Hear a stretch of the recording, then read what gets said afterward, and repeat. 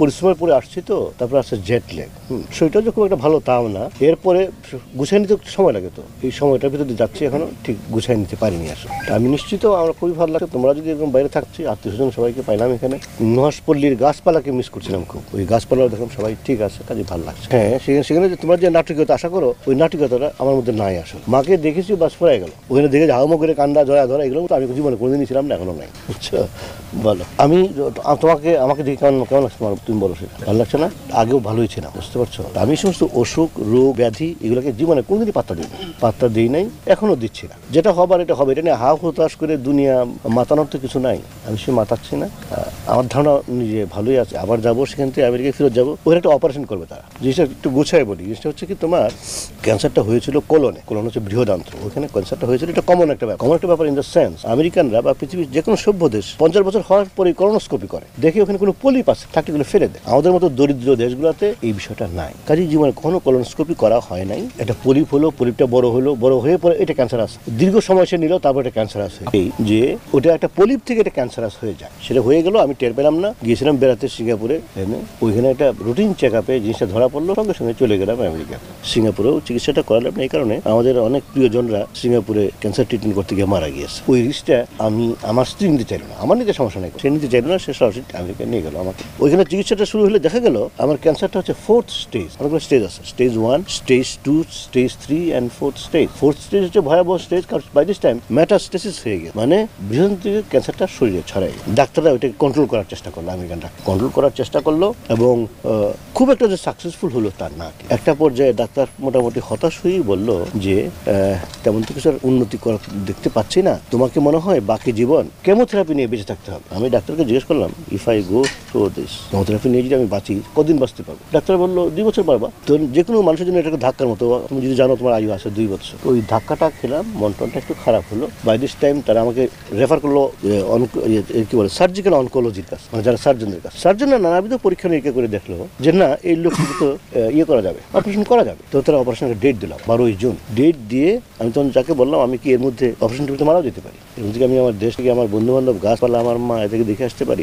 অবশ্যই পারো। ওই সূত্রে আসা, তার মানে যে যাবো গিয়ে অপারেশন টেবিলে মরে যাবো তাও কিন্তু না।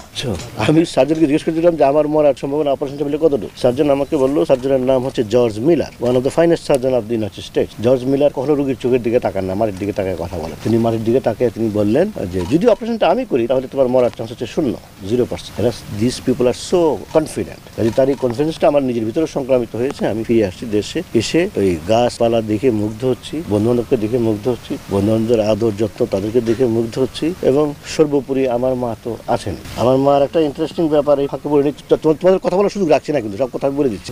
কথা বলতে শুরু করলে কোন লাইনে কোন প্রশ্ন করবে তার লাইন ঠিক ডলার করে আমাকে পাঠিয়ে দিত। সমগ্র জীবনের সঞ্চয় দাঁড়িয়েছে কতটুকু? $5,500। $5,500 পাঠাইলেন। এই টাকার বেশিরভাগই কিন্তু আমার পাঠানো। আমি মাকে মাসে অ্যালাউন্স দিই, ওইটাই উনি জমায় ব্যাংকে রাখেন, রেখে $5,500 তার হয়েছে, তার সমগ্র জীবনের সঞ্চয়টি আমার কাছে পাঠিয়ে দিয়েছে। Nice of her. একটা মা তো তাই করবেন। তো ওই ডলারটা পেয়ে প্রথমে খুবই রাগ উঠলো আমার। আমি যে কোনো টাকা পয়সা নাই, তিনি এই সমস্ত টাকা পয়সা পাঠিয়ে দিয়েছেন আমাকে। তারপরে মনে হইলো 80 বছরের এই বৃদ্ধা মহিলাকে আমার আমার সঙ্গে দেখা হওয়া তার খুবই জরুরি। কাজেই দেশে ফিরে আসলাম, বুঝতে পারছো?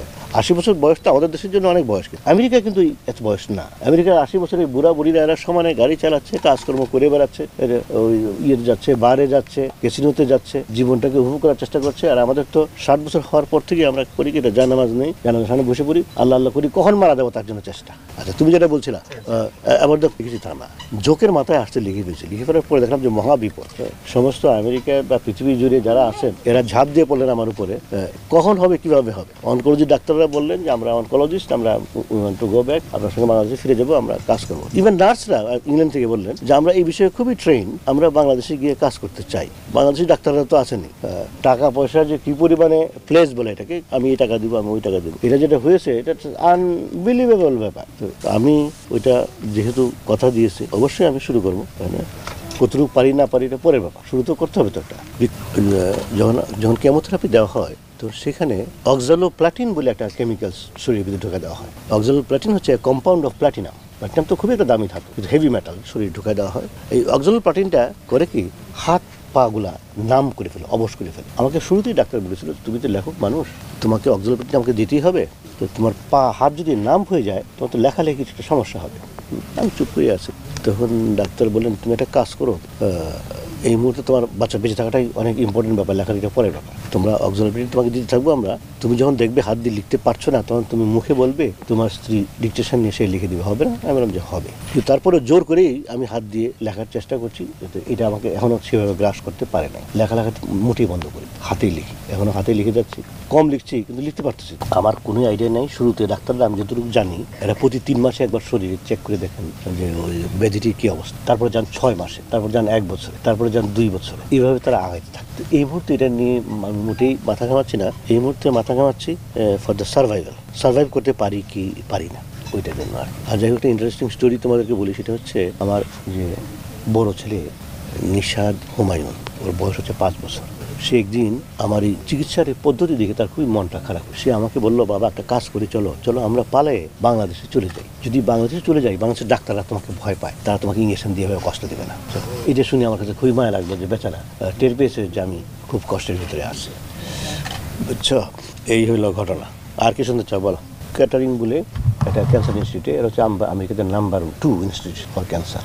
সেখানে আমি কত প্রায় 1.5 কোটি টাকার মতো খরচ। এই 1.5 কোটি টাকার ভিতরে 50 লাখ টাকা দিলেন আমাদের কি বলে চ্যানেল আই। এই যে দান তা না, কিন্তু ধার হিসাব নিলাম।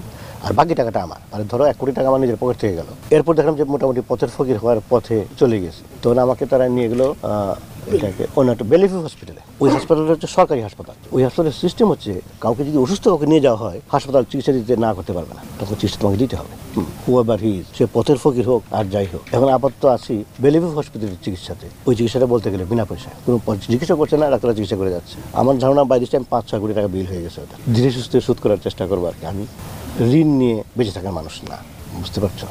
আমার প্রতি তোমাদের দায়িত্ব দেশের প্রতি। আমি দেশের একজন মানুষ, দেশের প্রতি তোমরা যদি তোমাদের দায়িত্ব পালন করো, সেটি আমার প্রতি দায়িত্ব পালন করা হবে, বুঝতে পারছো? আলাদা করে আমার প্রতি তুমি যে আজকে আসার সময় লিচু নিয়ে আসছো, আমি খুবই খুশি হয়েছি। তোমার দায়িত্ব পালন করছো পুরোপুরি। ঠিক আছে। ক্যান্সার নিয়ে কথাটা বললাম যাতে মানুষের সচেতনতা বাড়ে। আমাদের মানুষের এই ক্যান্সার বিষয়ক সচেতনতা একেবারেই নাই। ক্যান্সার হয়েছে, এইটি সম্পর্কে মানুষের সচেতনতা হওয়া খুবই প্রয়োজন, যাতে চিকিৎসাগুলো যথারীতি শুরু হয়। আমাদের বাংলাদেশে কিন্তু চিকিৎসার ব্যবস্থা আছে। এখন এই মুহূর্তে ফট করে রাজনীতির ভিতরে ঢুকে রাখা ঠিক হবে? আর আমাদের যে দেশ, সহনশীলতা বলতে কিছু নাই কারোর ভিতরে। কি অমুক এই কথা বলেছে, ধরো এর। আমি আর এইসব ব্যাপার নিয়ে আমি মোটেও ভয় পাই না। তারপরেও হচ্ছে কি, সব দেশের রাজনীতিও দেশের মতো। যে দেশে কালবৈশাখী হয়, সে দেশের রাজনীতির মধ্যে কালবৈশাখী থাকবে। আর যে দেশে কখনোই কালবৈশাখী হয় না, সে দেশের রাজনীতির মধ্যে কালবৈশাখী থাকবে না। কাজে আমরা যেরকম আমাদের রাজনীতি সেরকম হওয়া, সেটি তো বাঞ্ছনীয়। এগুলো নিয়ে আমরা বেঁচে থাকবো, এগুলো নিয়ে আমরা বড় হবো, এবং একটা পর্যায়ে যখন সব মানুষ দেশে শিক্ষিত হয়ে যাবে, তো এগুলো দূর হয়ে যাবে আমার ধারণা। এটা সমস্তই অশিক্ষার জন্য আর কি। বেশিরভাগ লোকই তো আমাদের শুধু সরে পড়তে পারলে তো শিক্ষা হয় না। বেশিরভাগ লোকই তো বলতে গেলে মোটামুটি শিক্ষা বঞ্চিত বলা যেতে পারে, বা শিক্ষা নিতে চাচ্ছে না। একটা সময় আসবে, সবাই শিক্ষিত হয়ে যাবে, তখন আমাদের আর কোনো সমস্যা থাকবে বলে আমি কখনোই মনে করি না। এই সমস্যা দিতে হবে।